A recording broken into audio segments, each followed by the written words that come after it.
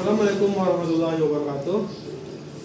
Perkenalkan, nama saya Emre Rizky Akbar Handani dengan NIM 2207355. Baiklah, di sini saya akan melakukan observasi mata kuliah Teknologi Elektronik dengan dosen pengampu Bapak Wagino SPD MTDP. Pada tugas observasi kali ini saya mengambil beberapa materi, yaitu yang pertama adalah VVTI atau Variable Valve Timing Intelligence, dan yang kedua adalah sistem EVI atau Electronic Fuel Injection, yang ketiga adalah sistem Power Window, Central Lock dan Lock Door, dan yang keempat adalah SRS Airbag System. Baiklah, pada sistem yang pertama adalah sistem VVTI atau adalah sistem pembuka dan penutup katup secara otomatis. Sistem ini dapat meningkatkan efisiensi mesin dan menghemat bahan bakar. Dan yang kedua adalah sistem Electronic Fuel Injection, yaitu adalah sistem penyemprotan bahan bakar kepada ruang bakar dengan menggunakan sistem elektronika yang dibantu oleh Electronic Control Unit atau ECU. Dan selanjutnya adalah sistem Power Window, Central Lock dan Lock Door. Ketiga sistem ini adalah sistem yang dapat memudahkan pengemudi dan penumpang. Dan Power Window berfungsi untuk menaik dan menurunkan kaca mobil secara otomatis tanpa perlu diputar seperti mobil konvensional lainnya. Central Lock dan Lock Door memiliki fungsi yang bersama, yaitu dapat mengunci dan menutup pintu secara otomatis hanya dengan menekan satu tombol, yaitu pada remote control atau tombol pada bangku pengemudi. Dan materi yang terakhir adalah sistem SRS Airbag System. Sistem SRS Airbag System adalah salah satu fitur keselamatan pada mobil, yaitu sistem tersebut akan dapat bekerja apabila terjadi benturan pada kendaraan, maka airbag system akan dapat mengembang. Dan dapat mengurangi resiko cedera pada penumpang pada saat kecelakaan. Baiklah, masuk kepada materi yang pertama, yaitu sistem VVTI atau Variable Valve Timing Intelligence. Di sini saya menggunakan mesin Terios tahun 2011 dengan kode mesin 2NRVE. Dengan spesifikasi mesin adalah DOHC N16 valve EVI 4 silinder segaris dengan cc 1500 cc. Pada mesin ini menggunakan dual VVTI. Dan VVTI adalah salah satu teknologi yang mengatur waktu buka dan tutup katup masuk agar dapat mengikuti beban kerja mesin. Dan teknologi ini memungkinkan mesin untuk menghasilkan tenaga yang lebih optimal, hemat bahan bakar, dan ramah lingkungan. Dan cara kerja sistem ini adalah yaitu menggunakan Electronic Control Unit untuk menghitung ketepatan waktu kinerja tutup masuk secara optimal berdasarkan kondisi operasi mesin. ECU akan mengirimkan instruksi ke oil control valve yang biasanya terletak pada bagian head cylinder untuk mengontrol tekanan hidrolik yang digunakan untuk mengubah timing katup. Dan VVTI akan bekerja terus-menerus untuk mengubah timing katup menggunakan tekanan hidrolik.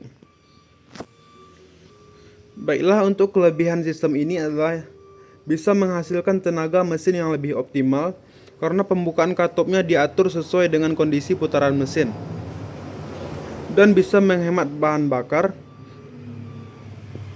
serta ramah lingkungan dan bisa meningkatkan torsi dan output mesin. Karena mesin ini menggunakan dual VVTI, maka juga ada single VVTI. Perbedaannya adalah VVTI yang single hanya mengatur waktu dan waktu buka dan tutup katup masuk, sedangkan dual VVTI juga mengatur waktu buka dan tutup katup buang. Serta dual VVTI memiliki dua aktuator yang bekerja secara independen pada katup isap dan katup buang, sehingga proses pembakaran menjadi lebih sempurna dan ramah lingkungan. Pada mesin Daihatsu Terios ini, dikarenakan telah menggunakan mesin dengan dual VVTI yang memungkinkan proses pembakaran menjadi lebih sempurna dan ramah lingkungan. Mesin ini juga lebih efisien dalam penggunaan bahan bakar dan memiliki tenaga yang lebih besar dibandingkan dengan mesin-mesin sebelumnya. Dan untuk cara perawatan sistem ini cukuplah simpel, hanya perlu mengikuti servis rutin pada mobil di bengkel-bengkel terdekat. Salah satu cara perawatannya adalah dengan selalu mengganti saringan udara secara rutin.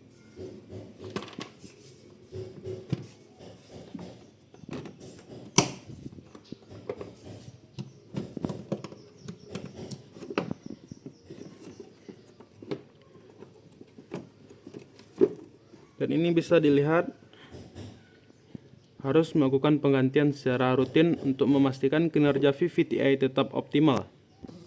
Dan cara yang selanjutnya adalah hanya dengan perlu melakukan pengecekan pada busi untuk menentukan bagaimana bentuk pembakaran pada dalam ruang bakar. Di sini tidak dapat terlihat dengan jelas karena tertutup oleh saringan udara. Dan apabila busi kotor, bisa dilakukan dengan cara pembersihan terlebih dahulu. Dan apabila sudah tidak memungkinkan untuk dibersihkan, busi bisa dilakukan penggantian. Dan salah satu perawatan selanjutnya adalah selalu melakukan pemeriksaan kondisi injektor. Di sini dapat dilihat kalau injektornya terletak di bagian ini. Untuk memastikan kesehatan injektor, pastikan selalu mengisi bahan bakar dengan bahan bakar yang bagus. Untuk selalu menggunakan bahan bakar yang berkualitas supaya semprotan pada injektor tidak tersumbat atau kotor. Dan injektor dapat dibersihkan apabila kotor dengan menggunakan alat pembersih injektor. Dan apabila tidak memungkinkan untuk melakukan pembersihan pada bagian injektor ini, dapat dilakukan penggantian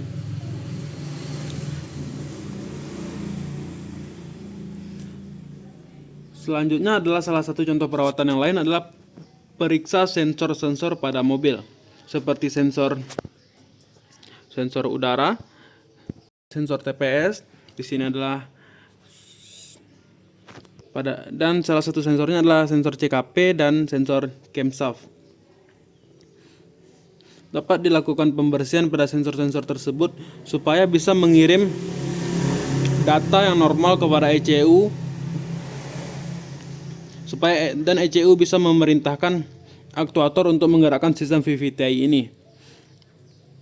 Dan apabila pada sensor-sensor tersebut terdapat kerusakan yang tidak bisa dibersihkan, disarankan melakukan penggantian pada sensor tersebut supaya sistem VVTi ini dapat bekerja dengan normal.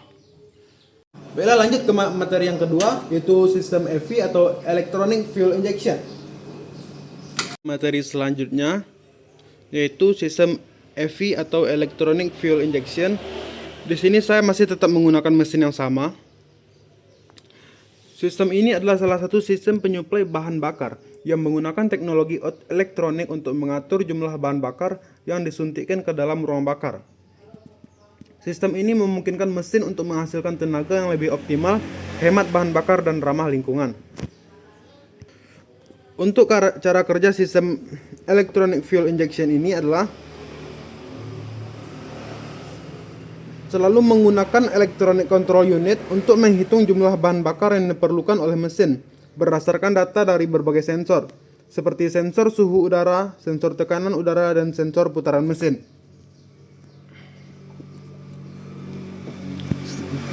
Setelah ECU mendapatkan sinyal dari sensor-sensor tersebut, maka ECU akan mengirimkan sinyal ke injektor dan memerintahkan injektor untuk menyemprotkan bahan bakar ke dalam ruang bakar sesuai dengan bukaan gas yang telah dikirimkan sinyalnya oleh sensor TPS, Throttle Position Sensor.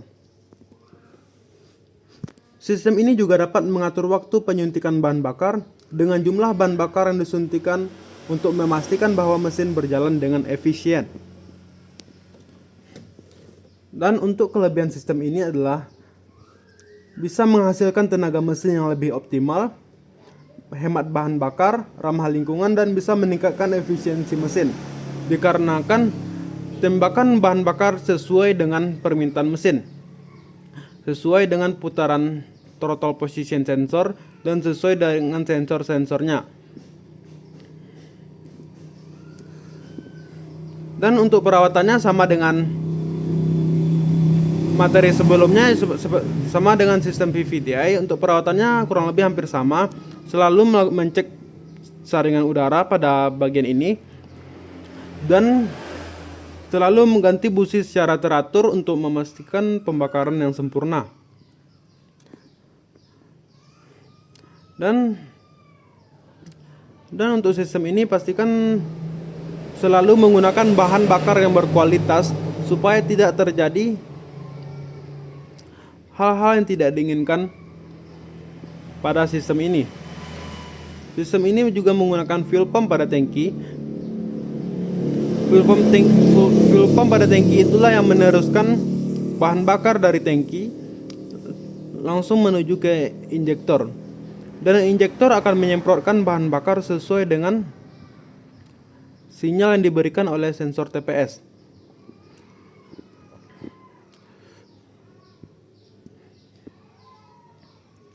Dan sistem ini juga harus diperhatikan sensor-sensornya supaya dapat bekerja dengan normal. Dan pastikan untuk perawatan pada mesin ini harus sesuai dengan standar pabrik Daihatsu supaya mesin dapat bekerja dengan normal dan efisien.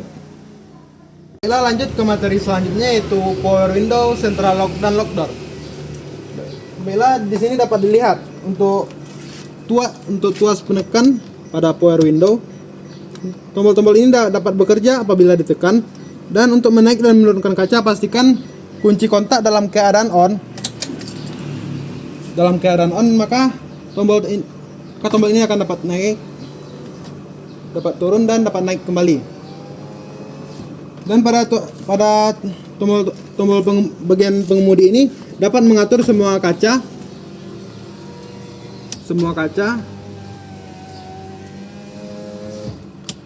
Dan ini dapat memudahkan penumpang ataupun pengemudi untuk menaik dan menurunkan kaca tanpa perlu memutarnya secara manual.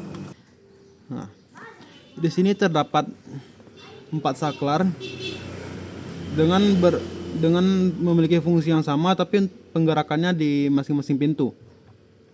Yang pertama ini adalah saklar untuk mematikan dan mengaktifkan kaca pada penumpang supaya penumpang bisa menaikkan dan menurunkan kaca dengan sendiri.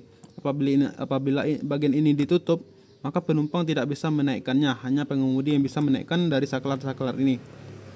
Dan apabila dibuka, maka penumpang bisa menaikkannya secara sendiri. Dan saklar yang ini adalah saklar untuk bagian depan sebelah kanan untuk kaca jendela pengemudi. Ini adalah untuk bagian depan sebelah kiri. Ini untuk bagian belakang sebelah kanan. Dan ini untuk bagian belakang sebelah kiri. Selanjutnya adalah central lock dan lock door. Dua materi itu adalah fitur keselamatan. Salah satu fitur keselamatan bagi penumpang dan pengemudi, dan bisa memudahkan penumpang dan pengemudi untuk membuka dan mengunci pintu. Apabila ini ditekan, maka semua pintu akan terkunci.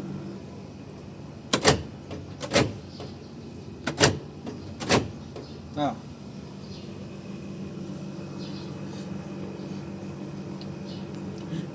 dan fitur ini bisa memudahkan penumpang ataupun pengemudi untuk membuka dan menutup pintu secara otomatis. Ke materi yang terakhir, yaitu airbag system. Airbag system itu adalah fitur keselamatan bagi penumpang ataupun pengemudi apabila terjadi benturan atau kecelakaan. Airbag system ini biasanya terletak pada bagian setir bagian pengemudi, yaitu di sini terdapat SRS airbag system, dan yang kedua pada bagian penumpang sebelah kiri depan, di sini terdapat SRS airbag. Sistem ini dapat bekerja dengan cara apabila terjadi benturan pada mobil dan benturan tersebut mengenai sensor-sensor yang terletak di bagian depan mobil, baik itu di bagian depan, samping, atau belakang mobil, maka sensor tersebut akan memberikan sinyal kepada ECU supaya ECU bisa memerintahkan sistem ini dapat mengembang dengan normal. Sistem ini dapat bekerja dengan normal apabila dikombinasikan dengan sabuk pengaman atau seatbelt kurang sebanyak 50%. Untuk itu kedua sistem ini harus dikombinasikan saat berkendara supaya risiko cedera pada saat kecelakaan dapat berkurang. Dan pada sistem ini saya memiliki pertanyaan, yaitu apakah sistem ini memiliki kemungkinan untuk gagal mengembang atau gagal bekerja dengan normal, dan apabila sistem ini gagal bagaimana cara perawatannya.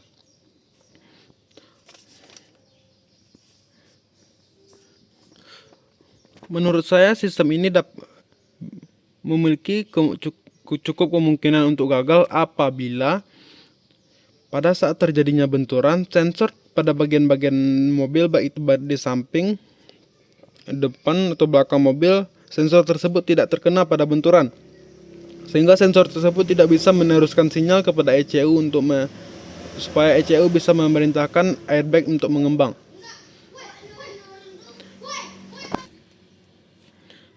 Untuk itu, pada mobil-mobil terbaru biasanya sensor untuk airbagnya akan lebih banyak, bisa diletakkan di sekeliling mobil supaya airbag dapat bekerja dengan normal.